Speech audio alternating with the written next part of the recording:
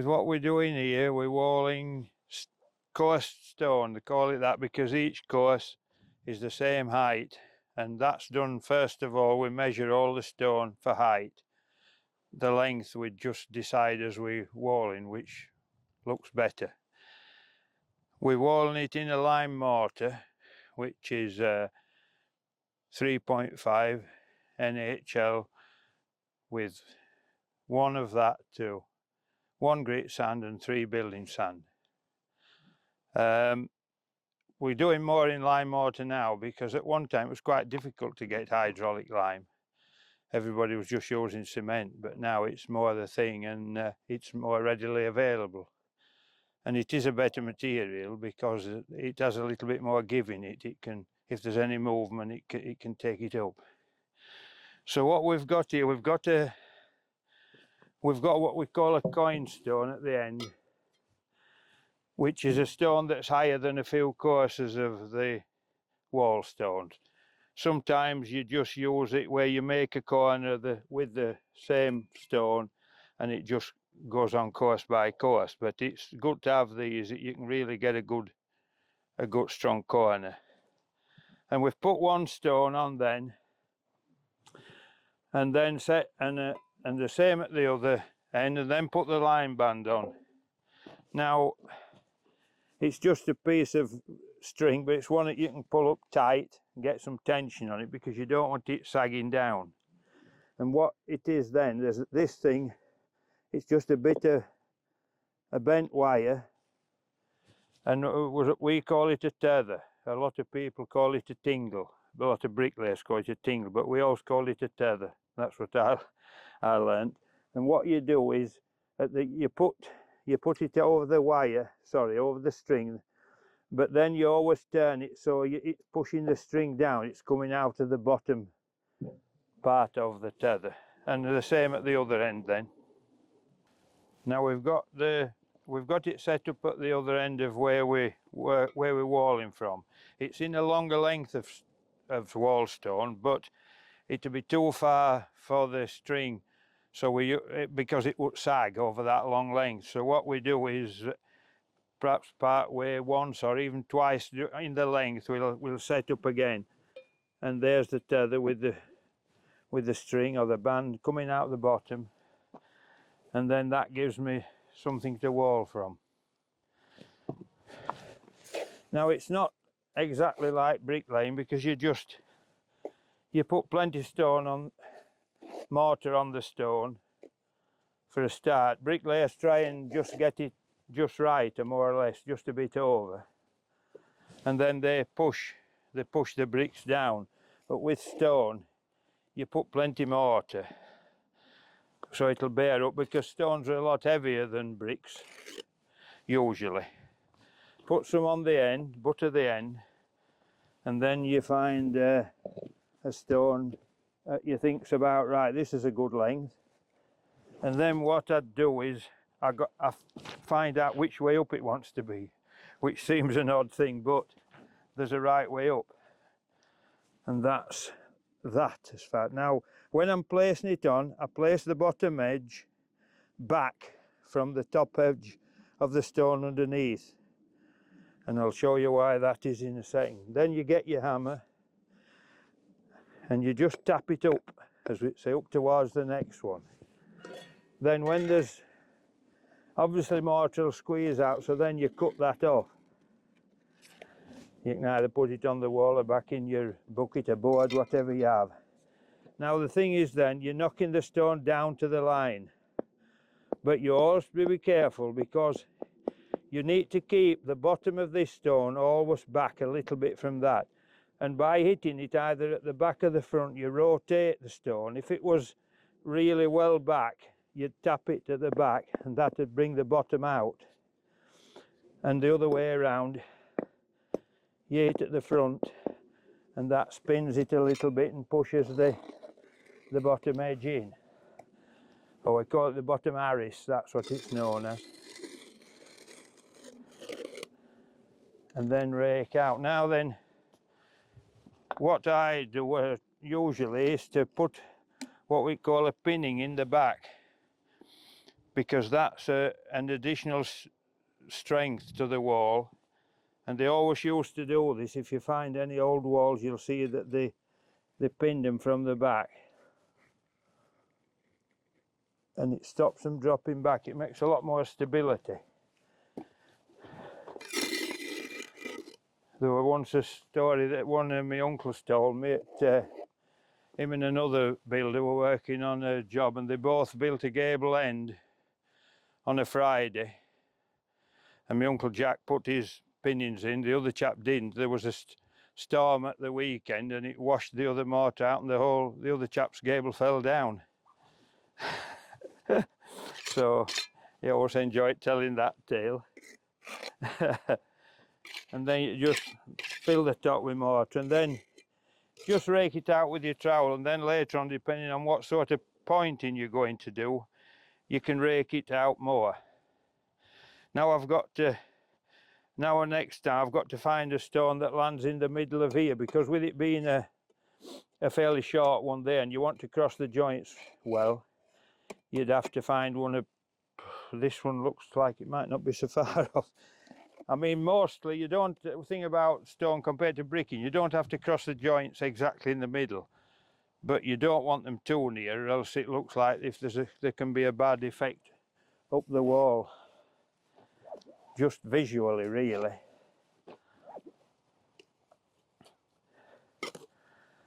Like I say, put plenty of mortar on.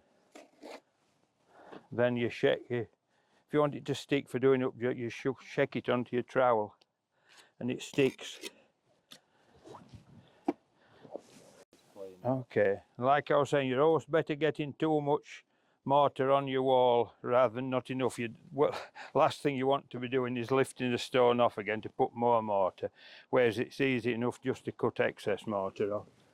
Again, look at that stone. There's not a lot in it, but I think this should be the way. That's what I'd do. Again, just keep it back from that edge. Push if you can, but sometimes that just tightens it up. You have mortar a bit stiffer for stonework than for bricklaying. And if you can get to the back, you'll push the excess mortar back into the joints behind to solidify it up. Then just keep flicking your line to see that it's going right. That one seems to have just crept out a little bit.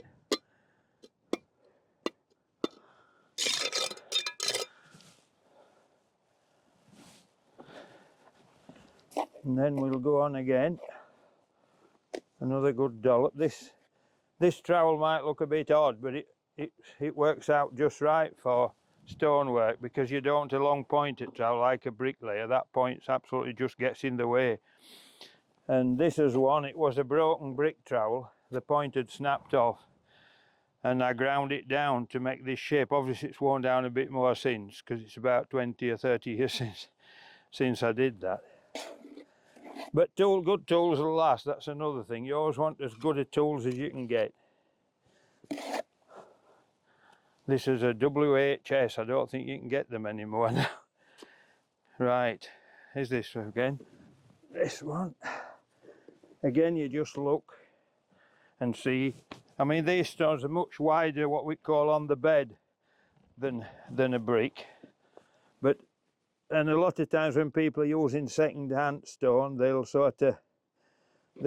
cut some off the back to make it sort of fit in with a narrower wall. But I like to wall them at the full width if I can. And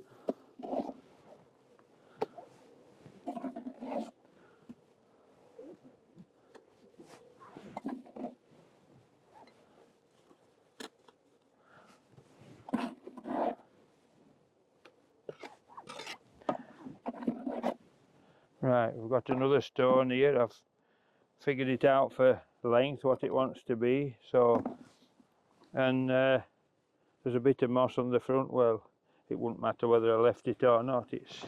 It's old stone. It's not the best of stones. You can see it's quite laminated, but it's been 200 years before walled, so I'm sure it'll last another 200. And then I'll just tell you a bit when I was saying about it had to be back from the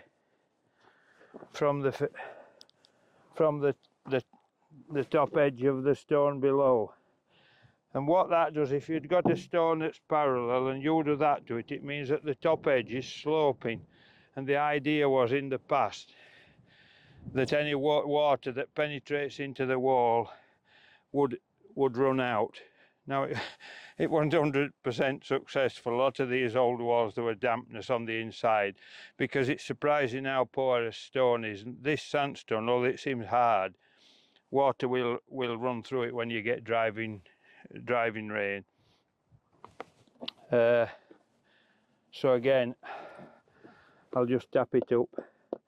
Now the bits of stone, for some reason this stone looks a bit thick. I might have to reappraise the job. But then it gives me an opportunity to talk about coursing.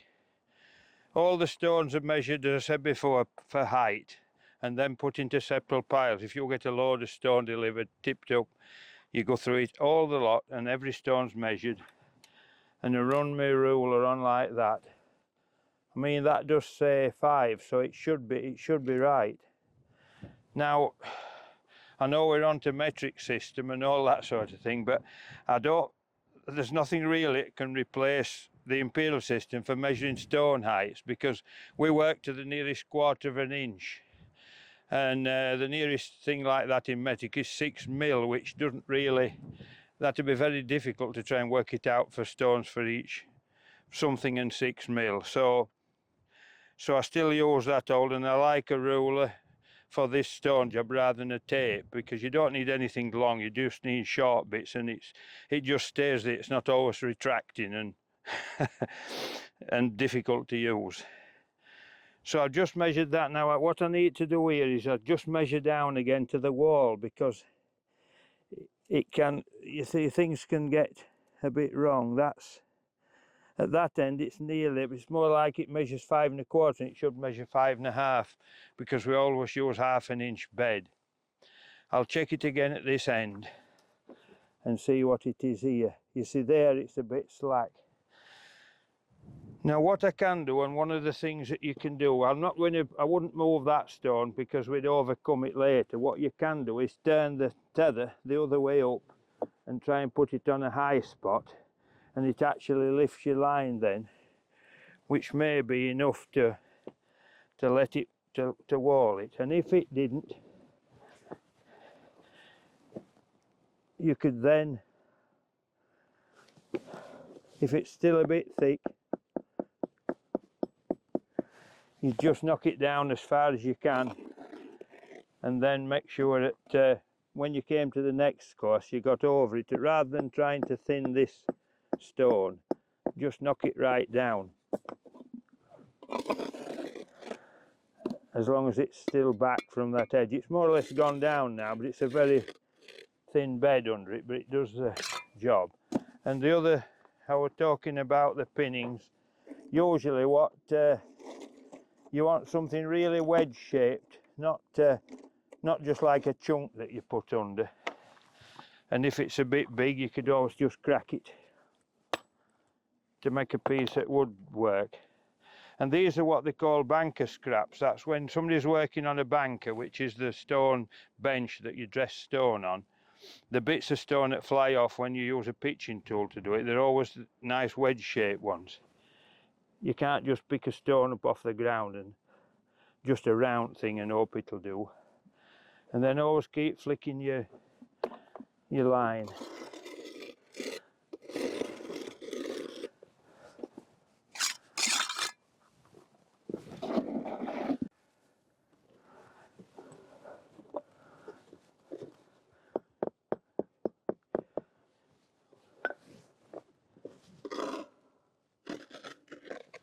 A pal of mine that I was doing quite a bit of work for at work one time, he kept saying to me, when you turn a stone over, what are you sort of looking for? I mean, and I couldn't explain it specifically. I just know that something will tell me which way up it wants to be.